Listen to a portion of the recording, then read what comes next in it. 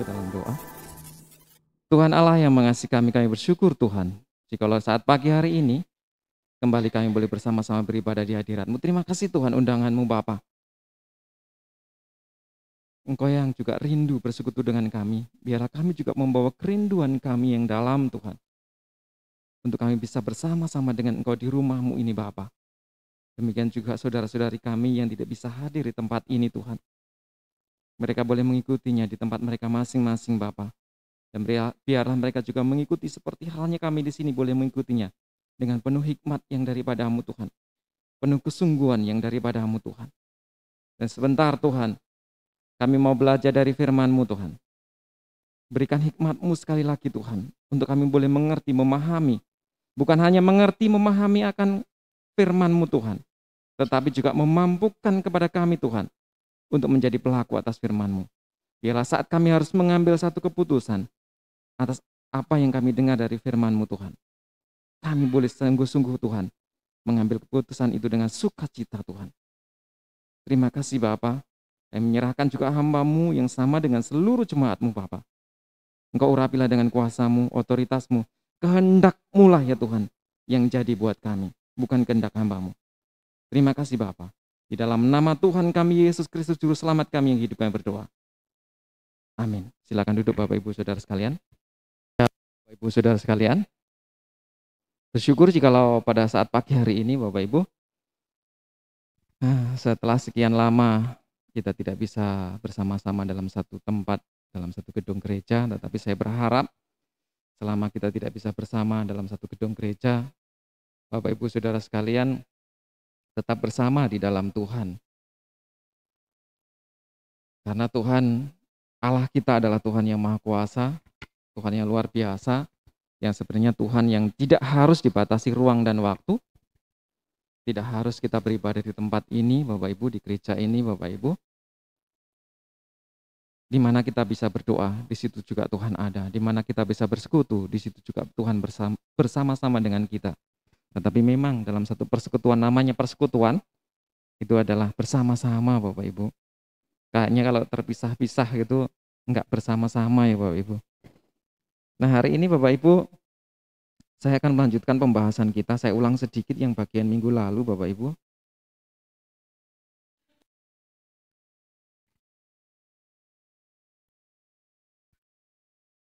Minggu lalu saya membahas tentang korban yang termulia.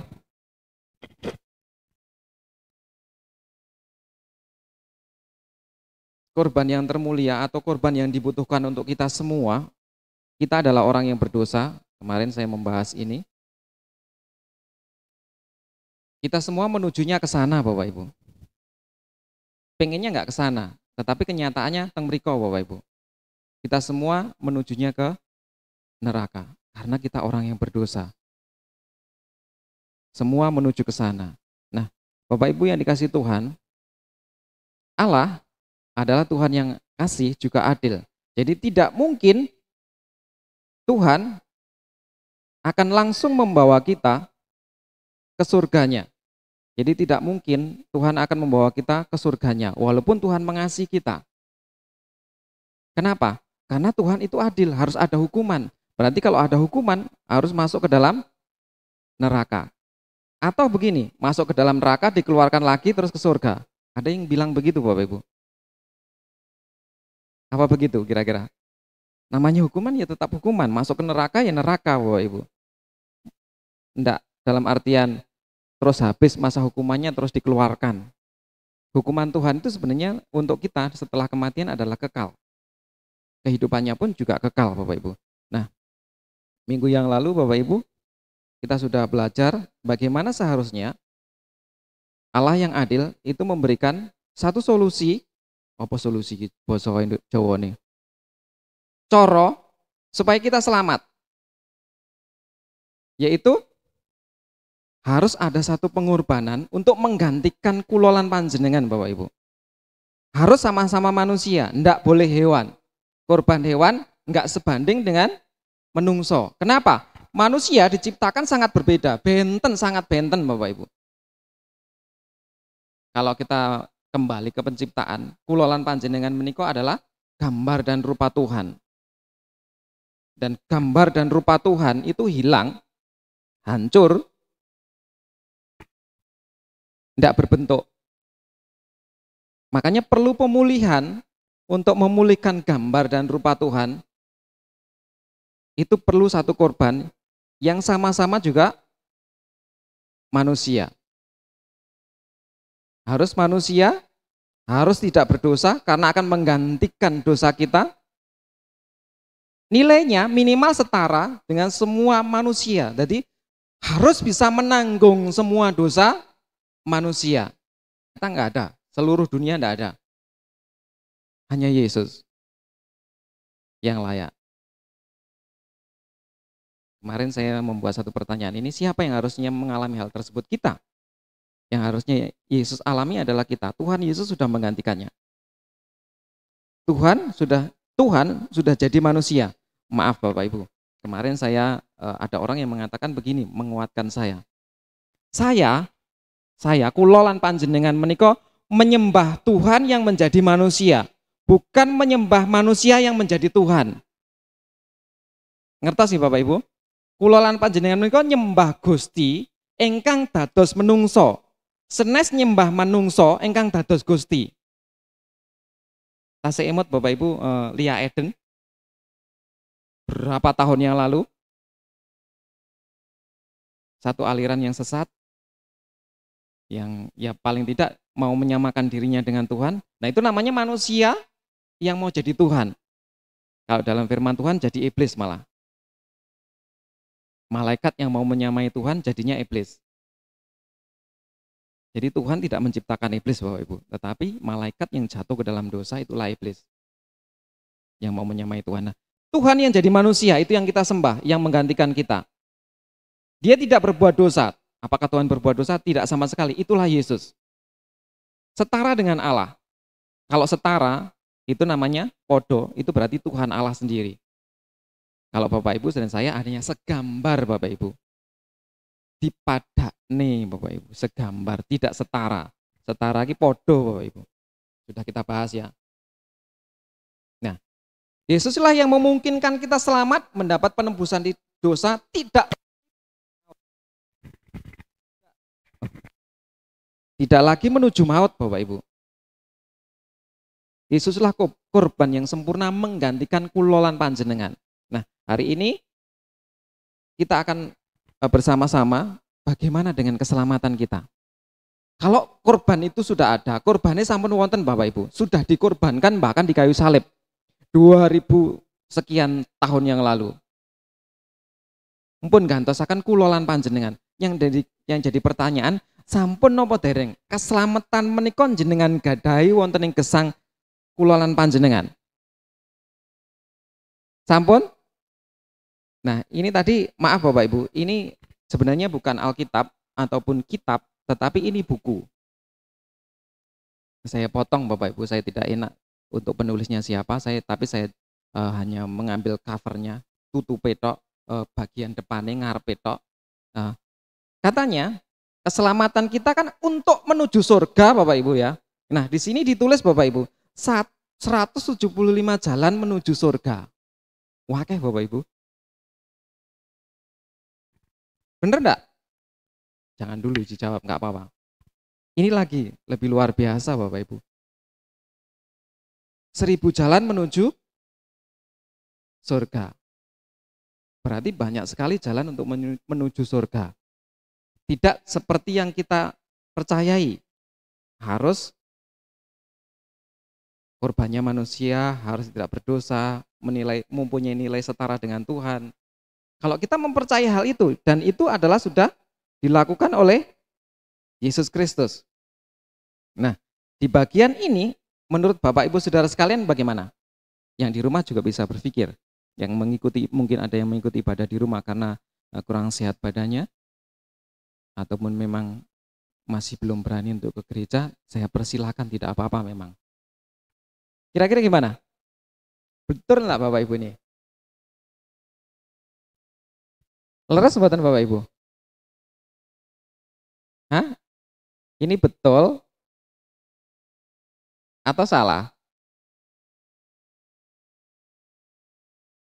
Katanya keselamatan sampo jenengan gadai. Dengan cara yang mana? Dengan 170 jalan atau 1000 jalan? Atau satu jalan? Hanya satu jalan ini. Gimana? Jadi hanya satu jalan ini saja.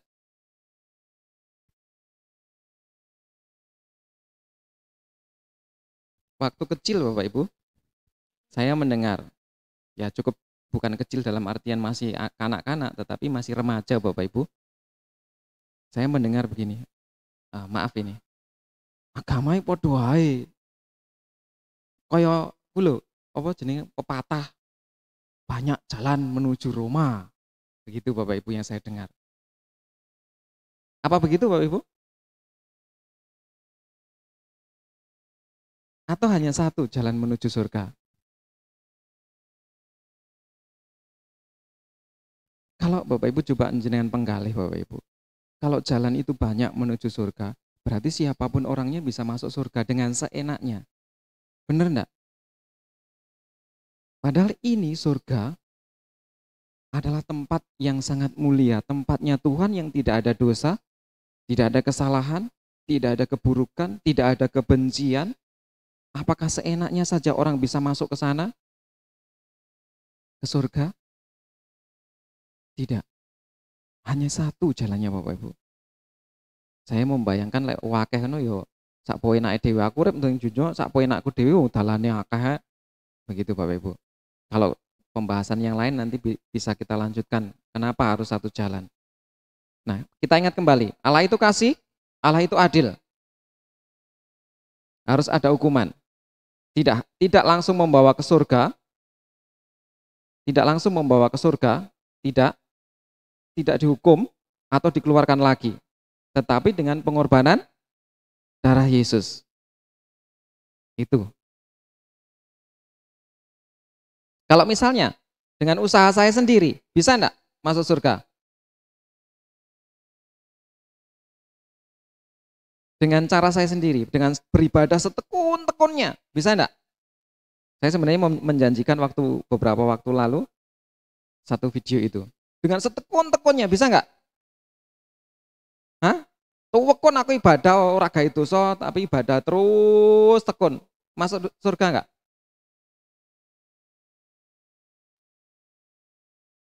Sudah minta ampun gitu, diampuni, sudah. Masuk surga enggak? Dosanya oke lah diampuni. Hukumannya, dosanya sudah diampuni, hukumannya.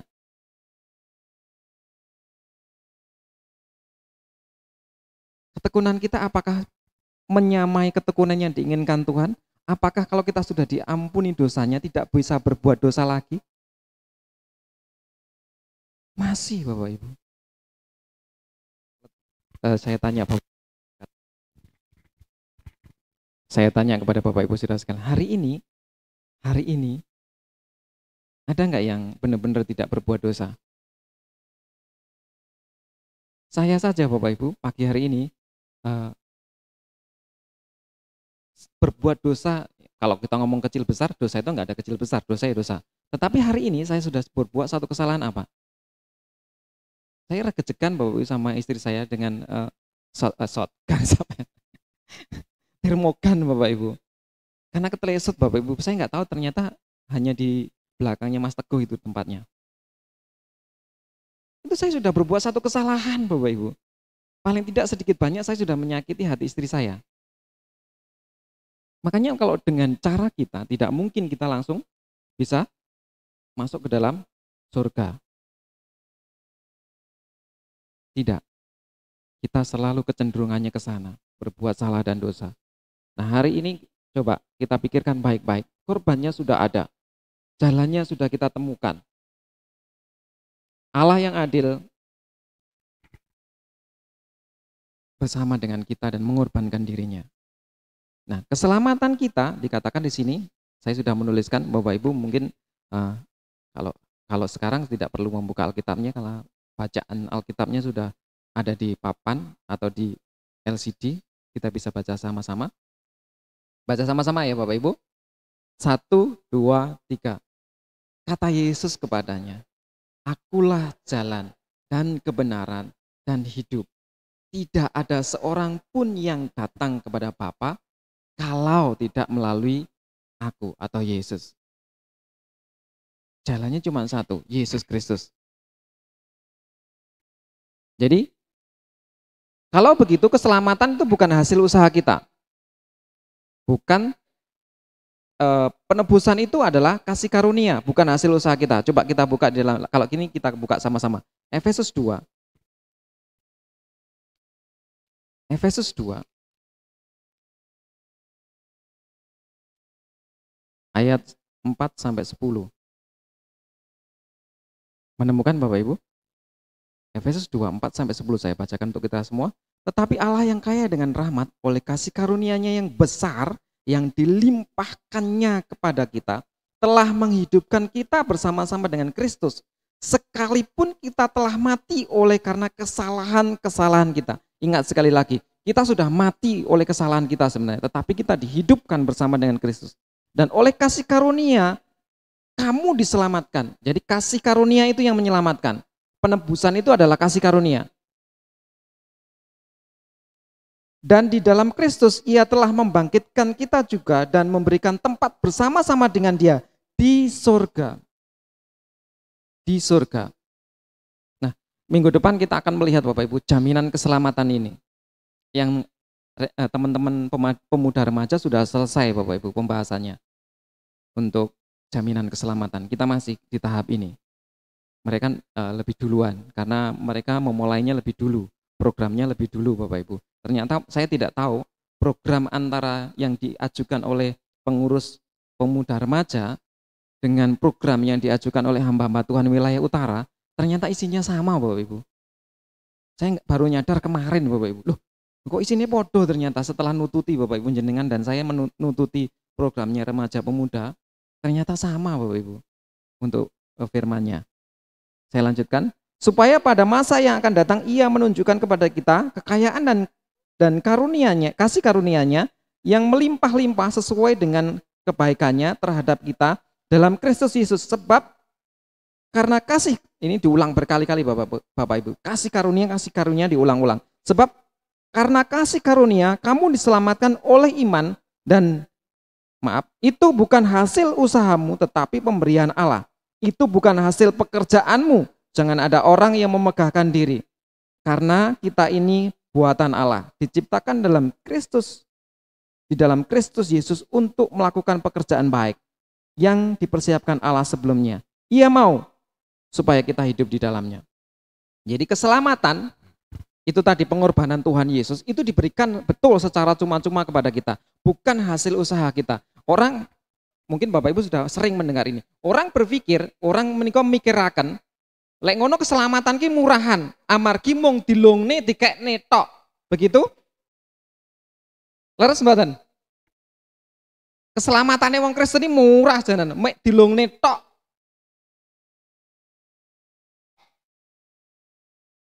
Ora usah kon bayar, ora usah kon nyapo-nyapo. Mung dilungne cukup percaya.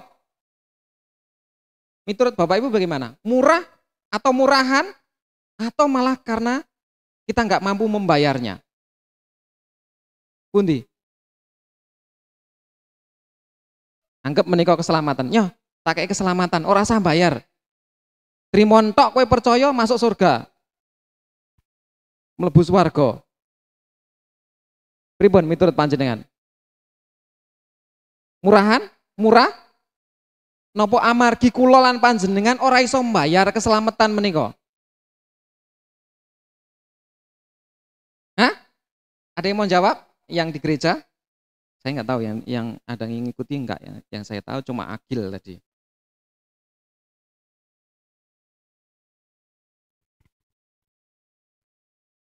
Pripun menurut Bapak Ibu? Keselamatan menika dikasih dengan cuma-cuma, bukan hasil usaha kita.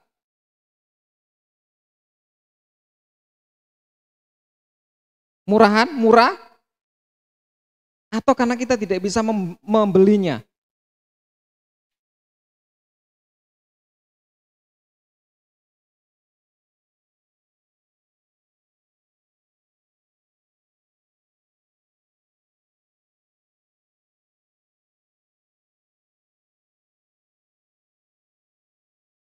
Karena kasih karunia-Nya. Karena kasih karunia-Nya. Coba kalau Bapak Ibu saya kasih misalnya keselamatan itu dikasihkan kepada saya dan Bapak Ibu, mau dibayar pakai apa? Anggaplah keselamatan itu sudah berwujud surga. Ada enggak yang bisa membandingkan surga? Enggak ada Bapak Ibu. Bukan murahan Bapak Ibu. Diberikan karena kita tidak mampu membelinya, istilahnya perkataan. Keselamatan kulolan panjenengan menika, gesang langgeng kulolan panjenengan menika dipun suka akan apa diwenehne kanthi ora usah mbayar, amargi kulolan panjenengan ora iso mbayar. Apa sing gawe mbayar? Nyawane jenengan berharga. Lah kuwi nyawa saka Gusti lho, kok gawe mbayar? Raja Brana, harta benda. Lah kuwi Raja Brana saka Gusti lho, apa ya iso gawe mbayar? Keapian, kebaikan kita dibandingnya eleke kita, apa ya imbang? Akeh endi Bapak Ibu? Nggak bisa Bapak Ibu. Keselamatan kita bukan murahan, justru karena mahalnya Bapak Ibu. Saking larangi keselamatan itu kita tidak bisa membayarnya. Nggak ada yang bisa untuk membalas itu. Makanya Tuhan berkali-kali menyatakan di ayat ini, kasih karunia, kasih karunia, kasih karunia.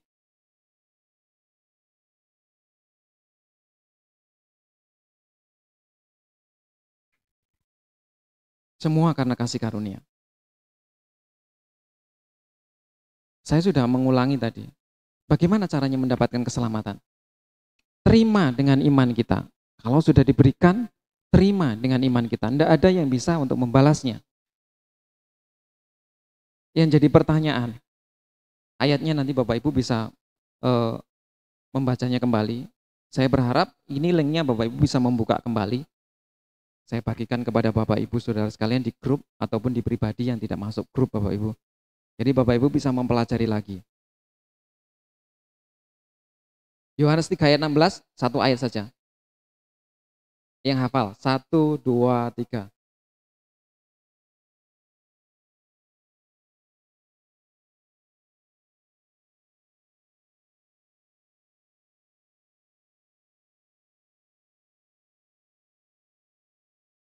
Ya, terima kasih. Paling tidak ini bisa jadi pegangan kita. Karena begitu besar kasih Allah akan dunia ini, sehingga ia mengaruniakan anaknya yang tunggal, supaya setiap orang yang percaya kepadanya, kepada Yesus Kristus tidak binasa, melainkan beroleh hidup yang kekal. Jadi cukup percaya, ambil keselamatan itu dan percayalah dengan sungguh. Jangan bimbang, jangan pernah ragu Bapak Ibu. Karena kita tidak mampu membayarnya. Nah, kenapa saya ada pertanyaan seperti apa Bapak Ibu? Ini namanya percaya. Kalau teman-teman pemuda remaja sudah dibahas oleh Pak Ceki waktu di sini. Nah, saya membahas dengan cara saya Bapak Ibu.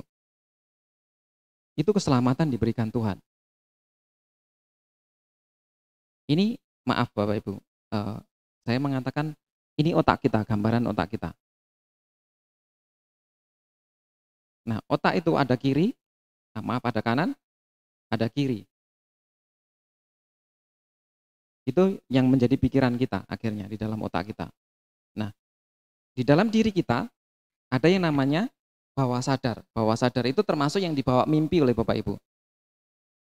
Itu namanya bawah sadar. Kalau Bapak Ibu sering rien ningali uya-kuya, itu disugesti. Nah, disugesti. Terus ngomong yang sebenarnya tidak ingin diomongkan, itu namanya bawah sadar. Nah, seperti itu. Nah, bawah sadar itu dipengaruhi oleh sugesti. Sugesti itu selain seperti uya-kuya Bapak Ibu, jenengan ngendikan saben dinten itu sebenarnya menyugesti Bapak Ibu. Saya seringkali dengan istri Bapak, secara tidak langsung kami sering selisih paham. Terus kasarane ngomong regejegan Bapak Ibu. Kenapa? Karena saya dan istri belajar untuk mengeluarkan kata-kata itu yang positif Bapak Ibu. Karena itu menyugesti bawah sadar kita. Yang biasanya mikire kita ngomongi ku bab-bab negatif. Mboten sadar, kula lan panjenengan pikirane Saben dinten dijejeli omongan kula lan panjenengan utawi mirengaken ngomongan sing negatif. Ngapunten kula contohaken. Yen jenengan ngendikan dumateng yogane menika, ngapunten iki nggih ngapunten, rada kasar. Goblok. Secara ndak langsung Bapak Ibu, niku otake sing niki, sing otak kanan menika Bapak Ibu. Ora ketok, sik. Ingkang otak kanan ini Bapak Ibu, dijejeli terus Bapak Ibu, disugesti, diwarai istilahnya, kasarane diwarai bab napa iku? Ngapunten sekali lagi ngapura nyuwun sewu, goblok. Lama-lama otaknya ini Bapak Ibu bener-bener menciptakan namanya goblok Bapak Ibu. Ngoten lho Bapak Ibu maksud kula. Otak kanan menika yang dijejeli terus dan ini Bapak Ibu persennya yang otak kanan itu sekitar kurang lebih 80% Bapak Ibu pengaruhnya. Jadi luwih pengaruh sing bawah sadar tinimbang ingkang sadar Bapak Ibu. Bahaya enggak? Sangat bahaya. Makanya kalau ngomonglah yang positif. Karena kalau positif Bapak Ibu, ngomongnya sing sang bab-bab ingkang sae, ini juga akan dimasuki hal-hal baik Bapak Ibu. Seperti itu. Jadi kalau mau mendidik anak kita, usahakan atau kalau bisa jangan pernah mengatakan hal-hal negatif. Makaten Bapak Ibu, ini ada kata netral. Netral itu kebiasaan hari-hari Bapak Ibu. Itu juga mempengaruhi kita. Kebiasaannya kita ngumpul dengan orang-orang yang ngomongi orang gena, lama-lama ikut enggak? Orang sadar moro-moro iso ngomong, betul enggak? Anak kecil yang biasanya bersama dengan orang-orang dewasa, ngomongin tanpa disadari anak-anak itu juga mengikuti dengan cara kita, betul? Iya, itulah namanya bawah sadar Bapak Ibu. Enggak sadar kita mengajari, kita enggak merasa mengajari Bapak Ibu. Jadi maaf Bapak Ibu, lek ono arek kecil iso miso, berarti lingkungannya seperti itu. Enggak ono sing marahi, betul, tapi dia mendengar Bapak Ibu. 1-2 kali dia hanya mendengar. Dia enggak mau belajar Bapak Ibu, tetapi sudah masuk sendiri Bapak Ibu. Itu loh Bapak Ibu, bahaya. Nah, kenapa saya membahas ini? Ayo Bapak Ibu, bawah sadar kita, kita isi dengan hal-hal baik. Firman Tuhan, kepercayaan kepada Yesus Kristus. Kalau perlu bikin status yang tentang firman Tuhan, enggak apa-apa. Ada yang melakukan hal itu, baik Bapak itu. Baik itu Bapak Ibu. Itu sudah secara tidak langsung, sudah mensugesti otak kanan Bapak Ibu. Untuk berpikir tentang hal itu. Itu maksud saya. Nah, saya lanjutkan. Nah, ada lagi ingatan atau kenangan. Kejadian-kejadian itu juga mempengaruhi. Itu namanya mempengaruhi otak kanan. Nah, sekarang otak yang kiri. Kesadaran disengaja. Itu hanya sekitar 20% Bapak Ibu. Bayangkan Bapak Ibu. 80 dengan 20% Bapak Ibu. Yang kita sengaja itu susah atau gampang? Bab-bab ingkang kita sengaja itu susah atau gampang? Sing paling gampang ya. Pengen maca firman Tuhan. Kan disengaja Bapak Ibu. Berapa kali kita tidak melakukannya? Ping pinten jenengan lakokaken lan ping pinten mboten maos firman Gusti. Iya kan? Leres nggih? Saya saja Bapak Ibu, awal-awal saya memulai doa pagi, bisa dihitung saya benar-benar doa pagi, bisa dihitung saya tidak berdoa pagi. Dan ternyata lebih banyak saya nggak doa pagi Bapak Ibu. Sesuatu yang disengaja hanya 20% Bapak Ibu. Susah Bapak Ibu, lebih baik yang bawah sadar, lakukan tanpa kita sadari saja.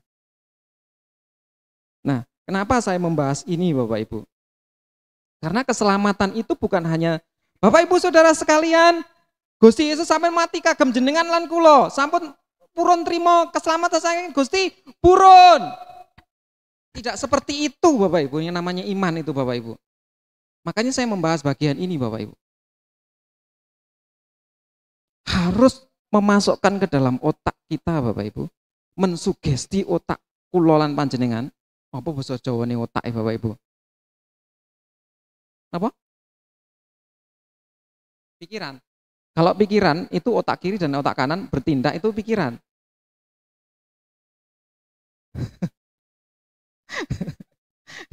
Ya maaf kalau mungkin bahasanya didengar agak kasar Bapak Ibu.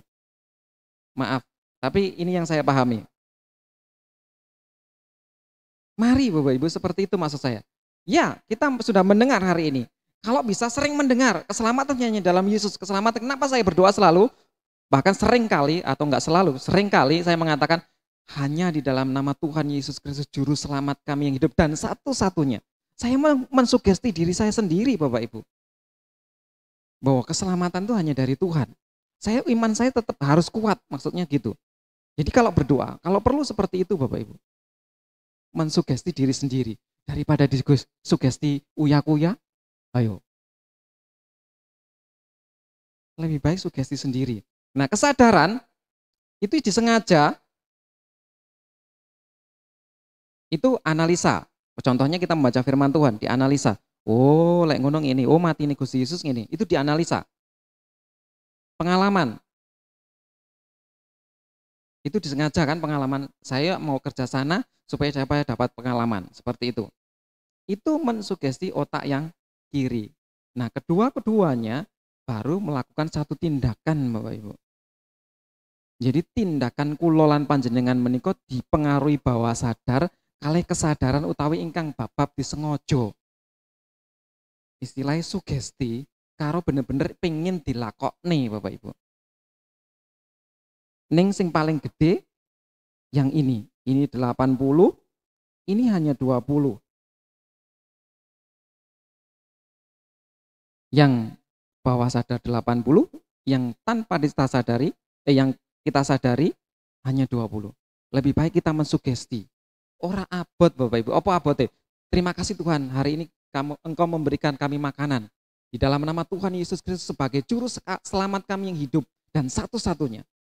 Kan hanya menambah itu Bapak Ibu. Dan itu sudah berpengaruh 80% ternyata. Jadi hati-hati dengan perkataan kita. Baik kepada siapapun. Itu akan menimbulkan satu tindakan. Ini loh. Jadi dipengaruhi bawah sadar akan jadi tindakan.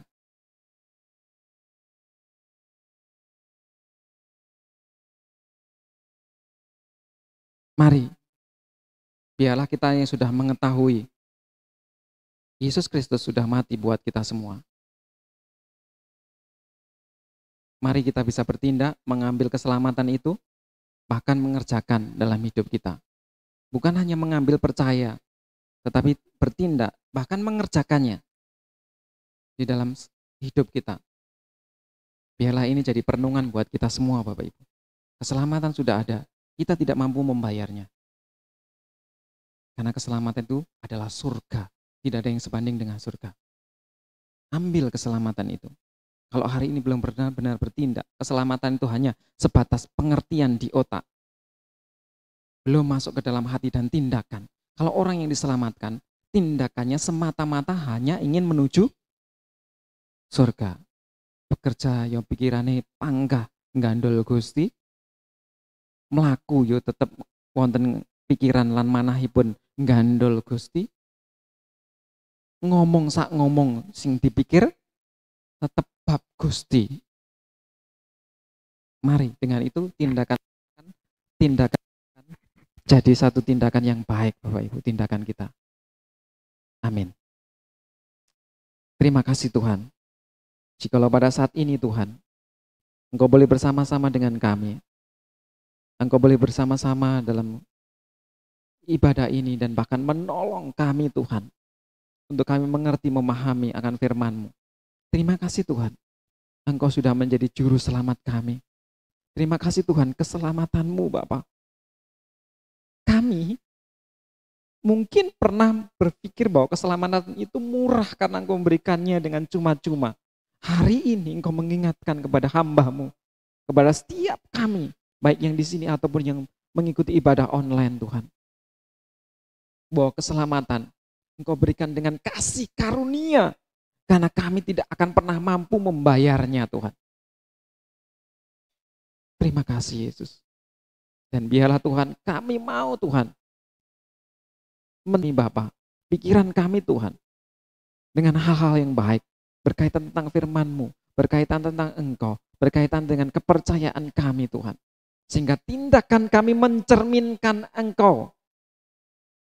Terima kasih Bapa, kami mau mengambil keselamatan itu, membawanya dalam hidup kami, dan mengerjakannya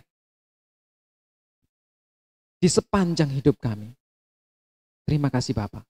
Di dalam nama Tuhan kami Yesus Kristus kami bersyukur dan kami berdoa. Amin.